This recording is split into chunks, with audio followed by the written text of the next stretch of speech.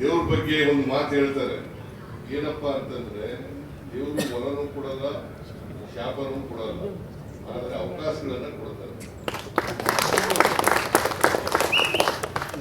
ದೇವರು ವರನೂ ಕೊಡಲ್ಲ, ಶಾಪನೂ ಕೊಡಲ್ಲ, ಆದರೆ ಅವಕಾಶಗಳನ್ನ ಈ ಅವಕಾಶಗಳನ್ನ ಸಿಕ್ಕಿದಾಗ ಅದನ್ನ ಸದುಪಯೋಗ ಮಾಡ್ಕೊಳ್ಳೋದಿದೆಯಲ್ಲ, ಅದೇ ಬುದ್ಧಿವಂತಿಕೆ. ಹಾಗೆ ದೇವರಾಜ ಅರಸರವರು ಅವಕಾಶಗಳನ್ನ ಒದಗಿಸಿಕೊಟ್ರು.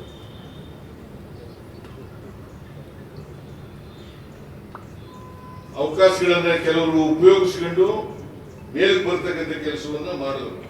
ರಾಜಕೀಯವಾಗಿ ತಮ್ಮ ಪ್ರಾಬಲ್ಯವನ್ನ ಬೆಳೆಸಿಕೊಳ್ತಕ್ಕಂಥ ಕೆಲಸವನ್ನ ಮಾಡಿದ್ರು. ಸೊ ಹಾಗಾಗಿ ಸಮಾಜವನ್ನ ನಿರ್ಮಾಣ ಮಾಡಲಿಕ್ಕೆ ದೇವರಾಜ ಅರಸರವರ ಕೊಡುಗೆ ಅಪಾರವಾಗಿದೆ ಅಂತಕ್ಕಂಥ ಮಾತುಗಳನ್ನ ಹೇಳಲಿಕ್ಕೆ ಬಯಸ್ತೇನೆ. ಅವ್ರು ಮಾಡಿದಂತ ಕೆಲಸಗಳನ್ನೆಲ್ಲ ನಾನು ಈಗೆಲ್ಲ ಹೇಳಕ್ ಹೋಗೋದಿಲ್ಲ. ಬಹಳಷ್ಟು ಕೆಲಸಗಳು, 8 ವರ್ಷಗಳ ಕಾಲ ದೀರ್ಘಕಾಲ ಮುಖ್ಯಮಂತ್ರಿಯಾಗಿ ಅವರು ಸಮಾಜದಲ್ಲಿ ಇರ್ತಕ್ಕಂಥ ತಪ್ಪುಗಳನ್ನು ತಿದ್ದತಕ್ಕಂಥ ಕೆಲಸವನ್ನು ಮಾಡಿದ್ರು. ಈಗ ಅಸಮಾನತೆ ಯಾಕೆ ಸಮಾಜದಲ್ಲಿ ನಿರ್ಮಾಣ ಆಗಿದೆ? ಅಸಮಾನತೆ ಯಾಕೆ ನಿರ್ಮಾಣ ಆಗಿದೆ ಅಂತಂದ್ರೆ, ಒಂದು ಜಾತಿ ವ್ಯವಸ್ಥೆ, ಎರಡನೇದು ಎಲ್ಲರಿಗೂ ಸಮಾನವಾದಂತ ಅವಕಾಶಗಳು ಸಿಕ್ಕಿಲ್ಲ. ಸಮಾನ ಅವಕಾಶಗಳು ಸಿಕ್ಕಿದ್ರೆ ಯಾರು ಹಿಂದೆ ಬೀಳಲಿಕ್ಕೆ, ಇಂಥ ಅಸಮಾನತೆಯ ಸಮಾಜ ನಿರ್ಮಾಣ ಆಗಲಿಕ್ಕೆ ಸಾಧ್ಯ. ಬಹುಸಂಖ್ಯೆಯಲ್ಲಿ ಇರ್ತಕ್ಕಂಥ ಶೂದ್ರ ಜನಾಂಗ ಜಾತಿ ವ್ಯವಸ್ಥೆಯಲ್ಲಿ, ಚಿತ್ರವರ್ಣ ವ್ಯವಸ್ಥೆಯಲ್ಲಿ ಅಕ್ಷರ ಸಂಸ್ಕೃತಿಯಿಂದ ವಂಚಿತರಾದರು. ಅಕ್ಷರ ಸಂಸ್ಕೃತಿಯಿಂದ ವಂಚಿತರಾದರಿಂದ ಅವಕಾಶಗಳು ಕಡಿಮೆ ಆದವು. ಹಾಗಾಗಿ ಸಮಾನತೆ ಬರಲಿಲ್ಲ, ಸಮಾಜದಲ್ಲಿ ಅಸಮಾನತೆ ನಿರ್ಮಾಣ ಆಯಿತು. ಇದನ್ನ ನಾವು ಅರ್ಥ ಮಾಡ್ಕೋಬೇಕಾಗ್ತದೆ. ನಮ್ಮ ಸರ್ಕಾರ ಅಸಮಾನತೆಯನ್ನ ನಿವಾರಣೆ ಮಾಡಲಿಕ್ಕೋಸ್ಕರವಾಗಿ ಪ್ರಾಮಾಣಿಕವಾದಂತ ಪ್ರಯತ್ನವನ್ನ ಮಾಡ್ತಾ ಇದೆ. ಅಸಮಾನತೆ ಹೋಗದೇನೆ ಈಗ ಸ್ವಾತಂತ್ರ್ಯ ಬಂದು 79 ವರ್ಷಗಳಾಯ್ತು. ಸಂವಿಧಾನ ಬಂದು 75 ವರ್ಷ ಆಯ್ತು.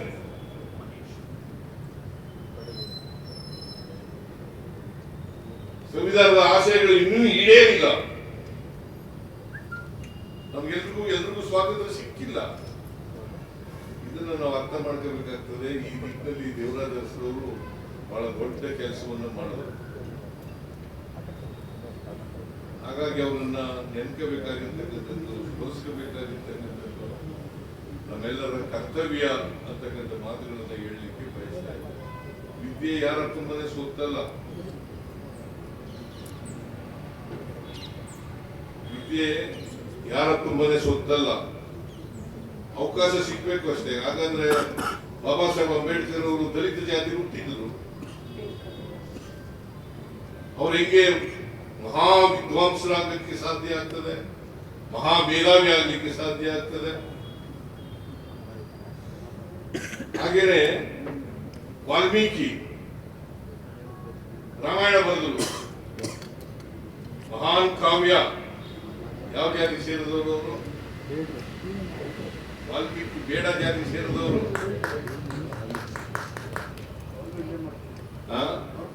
ಅವ್ರದ್ದು ಪ್ರತಿಮೆ ಕೂಡ ಇಲ್ಲೇ ಮಾಡ್ತಾ ಇದೀವಿ. Construction is going on. ಇಲ್ಲೇ ಅನಾವರಣ ಕೂಡ ಮಾಡ್ತೀವಿ. ಅವರು ವಾಲ್ಮೀಕಿ ಪ್ರತಿಮೆಯವರು, ವಾಲ್ಮೀಕಿ ಮಹರ್ಷಿ ವಾಲ್ಮೀಕಿ ಅವರ ಪ್ರತಿಮೆಯನ್ನು ಕೂಡ ಅನಾವರಣ ಮಾಡ್ತಾ ಇದ್ದೀವಿ.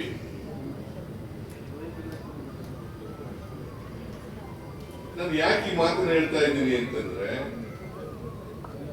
ಶಿಕ್ಷಣದಿಂದ ವಂಚಿತರಾಗಿರ್ತಕ್ಕಂಥ ಜನರು ಇವತ್ತು ಬಡತನ ಅನುಭವಿಸ್ತಕ್ಕಂಥದ್ದು, ನಿರುದ್ಯೋಗ ಅನುಭವಿಸ್ತಕ್ಕಂಥದ್ದು, ಅಧಿಕಾರದಿಂದ ವಂಚಿತರಾಗಿರ್ತಕ್ಕಂಥದ್ದು, ಇದನ್ನ ನಾವು ಕಾಣಲಿಕ್ಕೆ ಸಾಧ್ಯ ಆಗ್ತದೆ. ಅದರಿಂದ ನಾವು ಎಲ್ರಿಗೂ ಕೂಡ ಸಮಾನ ಅವಕಾಶಗಳನ್ನು ಕಲ್ಪಿಸ್ಕೊಡ್ತಕ್ಕಂಥದ್ದೇ ಬಹಳ ಮುಖ್ಯವಾದಂಥ ವಿಚಾರ. ಅವರ ಅಧಿಕಾರದ ಅವಧಿಯಲ್ಲಿ ಎಲ್ಲರಿಗೂ ಅವಕಾಶಗಳನ್ನು ಕಲ್ಪಿಸ್ಕೊಟ್ರು ಅಂತಕ್ಕಂಥದ್ದನ್ನು ನಾವು ಮರೀಲಿಕ್ಕೆ ಸಾಧ್ಯ ಇಲ್ಲ.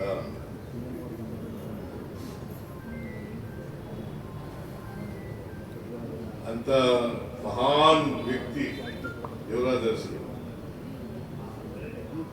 ಅವರನ್ನು ಸ್ಮರಿಸಿಕೊಳ್ತಕ್ಕಂಥದ್ದು ನಮ್ಮೆಲ್ಲರ ಜವಾಬ್ದಾರಿ, ಕರ್ತವ್ಯ.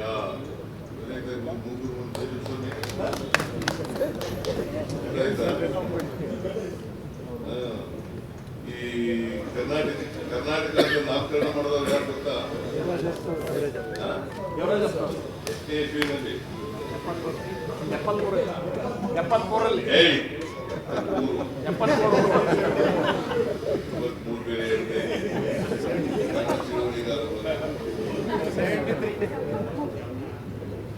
73 ನವೆಂಬರ್ 1ನೇ ತಾರೀಕು ಮೈಸೂರು ಪ್ರಾಂತ್ಯ ಅಂತ ಇತ್ತು. ಇದಕ್ಕೆ ಏಕೀಕರಣ 1956 ನವೆಂಬರ್ 1ನೇ ತಾರೀಕು ಆದ್ರೂ ಕೂಡ ಮೈಸೂರು ಪ್ರಾಂತ್ಯ ಅಂತೇಳಿ ಮುಂದುವರೆದಿತ್ತು, ಮೈಸೂರು ರಾಜ್ಯ ಅಂತೇಳಿ ಮುಂದುವರೆದಿತ್ತು. ಅದನ್ನ ಕರ್ನಾಟಕ ಅಂತ ನಾಮಕರಣ ಮಾಡಿದವರು ಶ್ರೀ ದೇವರಾಜ. ಅಲ್ಲಿವರೆಗೆ ಕರ್ನಾಟಕ ಅಂತ ಇರಲಿಲ್ಲ.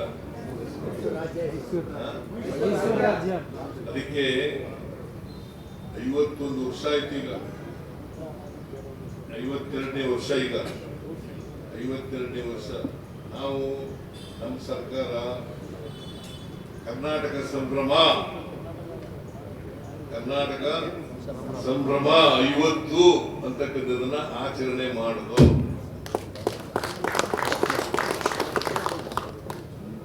ಬಿಜೆಪಿಯವರು ಮಾಡಲಿಲ್ಲ.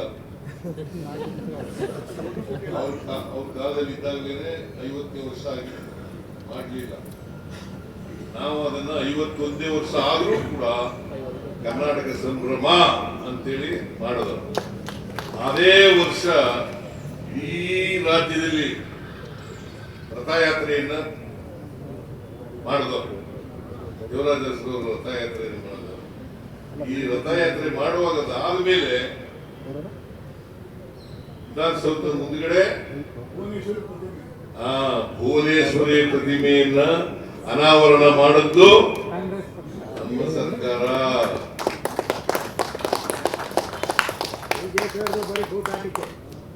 ಅದರಿಂದ ಈ ದೇವರಾಜ ಅರಸರವರು ಈ ರಾಜ್ಯಕ್ಕೆ ಮಾಡಿರ್ತಕ್ಕಂಥ ಕೊಡುಗೆ ಇದೆಯಲ್ಲ, ಅದು ಬಹಳ ದೊಡ್ಡ ಕೊಡುಗೆಯನ್ನು ಕೊಟ್ಟಿದ್ದಾರೆ. ಎಲ್ಲಕ್ಕಿಂತ ಮುಖ್ಯವಾಗಿ ಸಾಮಾಜಿಕ ನ್ಯಾಯ ಇದೆಯಲ್ಲ, ಆ ಸಾಮಾಜಿಕ ನ್ಯಾಯ ಎಲ್ರಿಗೂ ಕೊಡಬೇಕು. ಸಮಾಜದಲ್ಲಿ ಇರ್ತಕ್ಕಂಥ ಎಲ್ಲ ಜನರಿಗೂ ಕೂಡ ಸಮಾನ ಅವಕಾಶಗಳನ್ನ ಕಲ್ಪಿಸಿಕೊಡ್ಬೇಕು ಅಂತಕ್ಕಂಥ ಅದನ್ನ ಬಾಬಾ ಸಾಹೇಬ್ ಅಂಬೇಡ್ಕರ್ ಅವರು ಸಂವಿಧಾನದಲ್ಲಿ ಹೇಳಿದ್ದಾರೆ. ಅದನ್ನ ಜಾರಿಗೆ ಕೊಡ್ತಕ್ಕಂಥ ಕೆಲಸವನ್ನು ದೇವರಾಜ ಅರಸರು ಮಾಡಿದ್ರು. ಅದಕ್ಕೋಸ್ಕರ ಅವರು ಪ್ರತಿಮೆ ಇರಬೇಕು. ಜೊತೆಗೆ ದೇವರಾಜ ಅರಸರವರು ಕಲ್ಲಳ್ಳಿ, ಅವರ ಹುಟ್ಟೂರು ಕಲ್ಲಳ್ಳಿ, ಅಲ್ಲಿ ಒಂದು ಸ್ಮಾರಕ ಮಾಡೋಣ. ಹಳ್ಳಿನ ದತ್ತು ತಗೊಂಡು ಮಾದರಿ ಹಳ್ಳಿ ಮಾಡೋಣ. ನೀನ್ ಹೇಳ್ದಾಗೆ ಹಂಗೆ ಮಾಡೋಣ.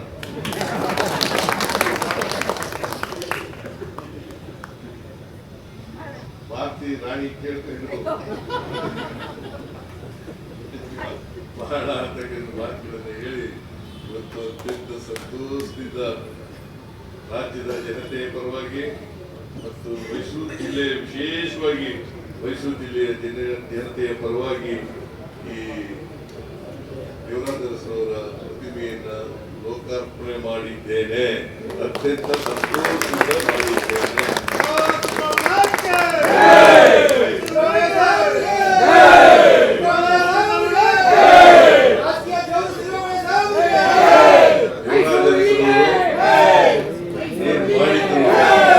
ಏನ್ ಬಿಟ್ಟು ಹೋಗಿದ್ದಾರೆ, ಯಾವ ಆದರ್ಶಗಳಲ್ಲಿ ಬಿಟ್ಟು ಹೋಗಿದ್ದಾರೆ, ಅದನ್ನ ಆ ರೀತಿ ನಡೀತಕ್ಕಂಥದ್ದೇ ನಾವು ದೇವರಾಜ ಅರಸರಿಗೆ ಸಲ್ಲಿಸ್ತಕ್ಕಂಥ ಗೌರವ ಅಂತಕ್ಕಂಥ ಮಾತುಗಳನ್ನು ಹೇಳಿ ಮಾತುಗಳನ್ನು ಮುಗಿಸ್ತೇನೆ.